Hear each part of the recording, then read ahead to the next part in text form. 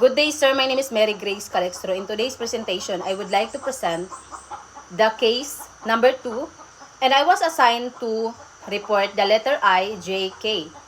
And it has a question: is it good according to legalism? In termination of legalism theory, if you follow the law or dictate, you are basically good, regardless of the case. It is not applicable for the theory of legalism because legalism, good action, as those that assign with the law, the ethical framework can be determined through moral standard, which is rules, law, or dictates. And the next is letter J. Is it good according to emotivism?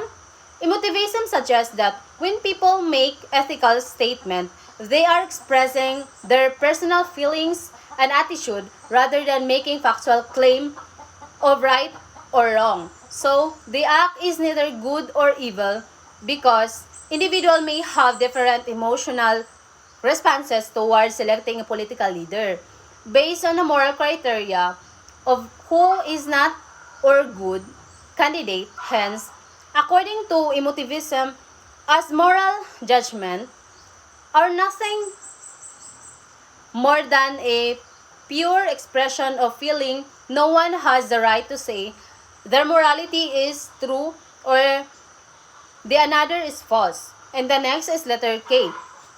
According to intuitionism, theory an agent has the capability to determine what is right and wrong. Therefore, intuitionism suggests that individuals chose political candidates based on a moral principle.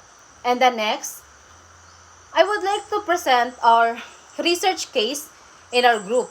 We chose the issue or a moral issue of vice ganda and ion, link icing of the finger of co-host and the real partner Ion Perez. MTRCB also cited the show past preventive suspension in dishing out its latest decision. So our group decided to judge this as immoral. Why? Because according to consequentialism, the action is immoral because the act done in a noontime show have immoral consequences, which is perceived to be unacceptable by the viewer.